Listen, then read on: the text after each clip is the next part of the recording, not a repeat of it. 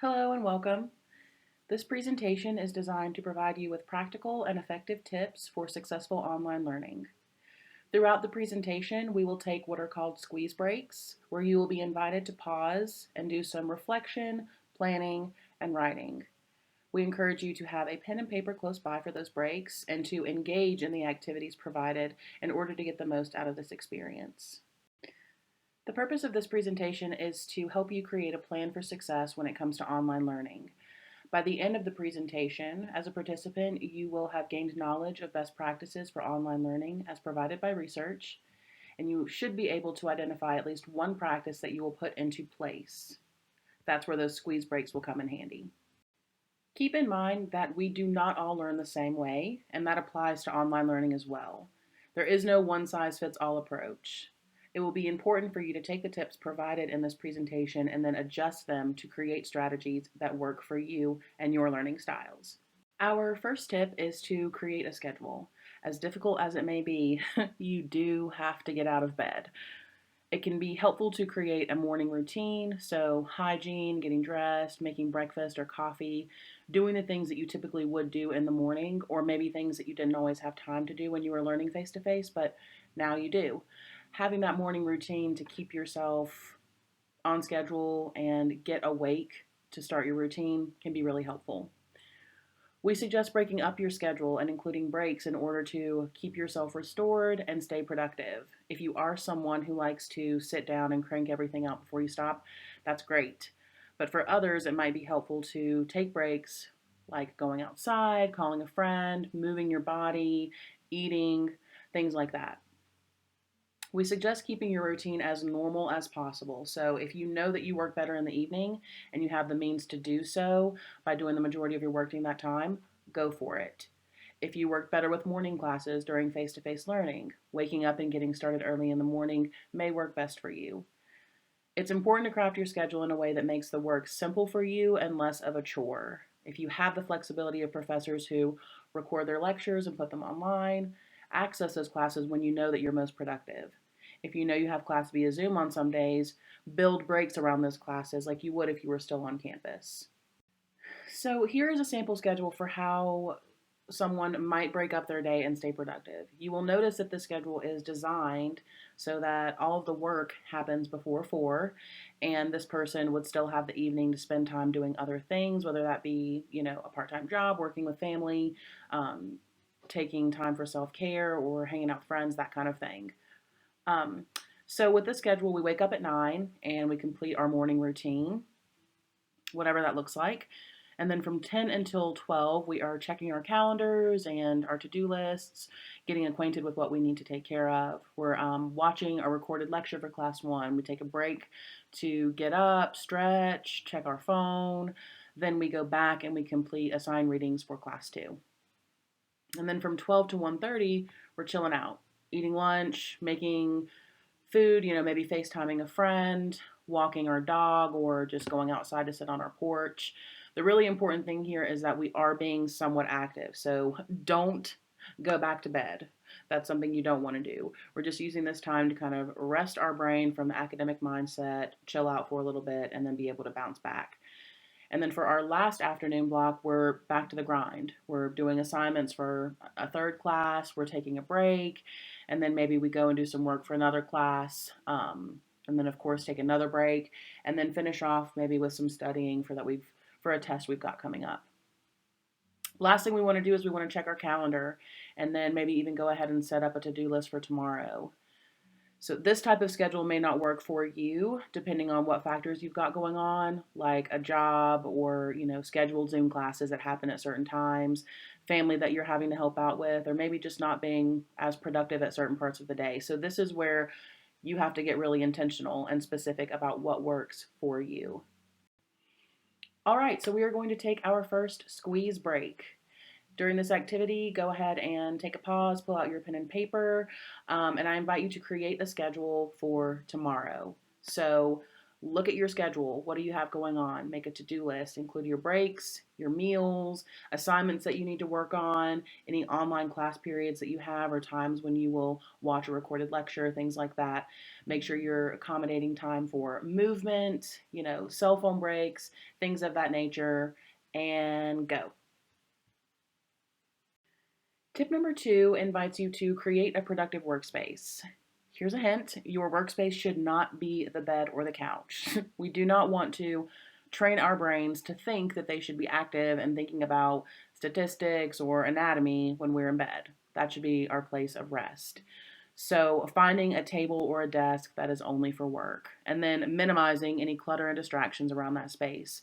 So, this might look like clearing off your dining room table every day in order to do your work, and that's okay. When we talk about minimizing distractions, that means putting our phones away, not sitting in front of the TV, trying to be away from folks as much as possible unless you're really comfortable working in a loud and chaotic environment, and just being in a space where we can really focus. So it may be helpful to even recreate your favorite workspace. If you really loved doing homework at Starbucks or outside on the UC lawn, maybe you fix yourself an iced coffee before you start your work, or you take a blanket outside and set up your workspace in your backyard. If you have the flexibility to do something like that, go for it.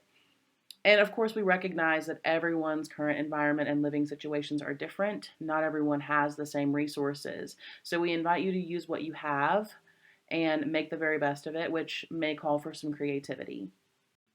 And for our next squeeze break, go ahead and take a pause and identify your workspace if you don't already have a space that kind of meets some of this criteria. So establish where you want to work and what needs to be done in order to make that a productive workspace that works for you. There is a lot more personal accountability required with online learning. So our third tip is to track your assignments. This sounds pretty common sense, and it probably is, but right now it is going to be very important for you to find a method that works best for you to keep up with all of your assignments, exams, presentations, and due dates. So options for organization are a planner, online calendar like Google or Outlook, using Google Tasks, using sticky notes on your laptop if you have a Mac, or even physical sticky notes on your desk, which is what I do. It can definitely be helpful to create some to-do lists for yourself. So starting with a weekly list and then breaking that down into daily lists so that it becomes more manageable. And be sure to give yourself small rewards for completion. That can look like whatever keeps you motivated. So milkshakes or an hour of video games, anything that you can do to give yourself some positive reinforcement so that you maintain that motivation to keep going. And so for this squeeze break, we're going to write down our remaining assignments. So go into Blackboard or whatever platform your professors are using and make sure you're writing down any due dates for papers, presentations, any exams that you have coming up, and make sure that you're keeping those things visible and that you build time in to work on them in your schedule. Technology is obviously the biggest component to online learning, and so it's very important to set yourself up for success. Our fourth tip is to prep your technology. So, checking your email regularly. This is likely the way that your professors are mostly communicating at this point. Being sure to test out Zoom links and other media sources beforehand so that you're not running into issues just before you're supposed to be in a class or a meeting. And lastly, making the best use of your internet source. As someone who reaches out to students by teaching classes and doing virtual one-on-ones, I know that sometimes my internet or theirs is a little wonky. So just doing little things like kicking your little brother off of his video games for the hour that you need to be in class and things like that can be helpful to make sure that you're maximizing the sources that you have. Though it can be more difficult when the majority of our lives are happening virtually and within our own homes, connecting with others is still very important for most of us. So, tip number 5 is to do just that: connect and create community. It's going to be super important for you to communicate with your professors so they know about your experiences and needs, as everyone is going through different experiences right now. If you're someone who values study groups and being able to collaborate with other voices, create virtual learning groups within Blackboard or Facebook or Zoom so that you can continue to learn with your classmates. There are so many media platforms that are offering free courses and community spaces for folks within every kind of field and hobby imaginable.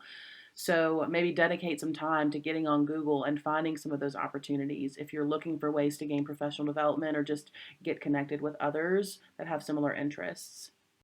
Now, for this squeeze break, you are being asked to carve out a time this week when you can explore relevant media groups and opportunities, or you can create a virtual study group. So, just taking the time to explore it and think about where you might be wanting to add more community to your learning experience. Or maybe you just need to make some time to call a few friends or family members. Whatever it is, build that into your schedule. Our final tip may be the most important, so please listen carefully. Make time to take care of yourself. And we're not just talking about the fake self care like doing a face mask every couple of weeks. Now more than ever, genuine and intentional self care is crucial. So, going back to creating a schedule, building in time for restoration. If you're someone who knows that you'll work all day, if you don't have something set in your schedule, build in time for breaks and self care and movie nights and things that you can do to just let your brain turn off and rest. Maintain some time when you weren't working. Follow all of those cliches that are actually really important. So, eating regularly and well, drinking water, moving your body, whether that be, going for walks, doing exercise, yoga, things like that, getting some sunlight when you can. All of those things matter and are really important. Find creative ways to get your needs met. So if you are an extroverted person who loves being with people, make as many FaceTime and Zoom calls with friends and family as you need to, or have a family game or craft night. Take your mental health seriously, your emotional health, your spiritual and physical health. All of those things are a priority. All of this uncertainty that's going on can be stressful and overwhelming. So, taking care of yourself first before anything else is super important. So, for this last squeeze break, I would like for you to identify 5 different ways that you can practice self care this week. Build those things into your schedule and stick to them. Perhaps go back to the last slide and observe all those different categories and find one thing in 5 of those categories that you can do this week to take care of yourself, restore yourself, and get yourself on track. That's really important, so do not skip this squeeze break. And to kind of wrap up, just some final thoughts and conceptualizing all the things that we've discussed, it's very important to know yourself and find strategies that work for you and your learning style. No two people will need all of the same exact things as we're going through this. And so being really intentional and reflective about what it is that you need is going to be helpful for you. It's important for you to stay motivated. You owe it to yourself to push through. So you can do this, and you've got to find ways to stick it out and stay motivated because we need you and you can do this. Keep in mind that there is support. There are lots of resources both provided by WCU and in all kinds of other places that can support you and help you. So get familiar with those resources and make use of them. And then lastly, it's important to share your progress with your classmates, your friends, your family members. Hold each other accountable, share your victories and celebrate those, and just help each other push through this really difficult time. Thank you all so much for joining. I hope that you've gained some knowledge from this and that you've got some things you can put into place. Go back and revisit those squeeze breaks anytime you feel that things are getting out of whack.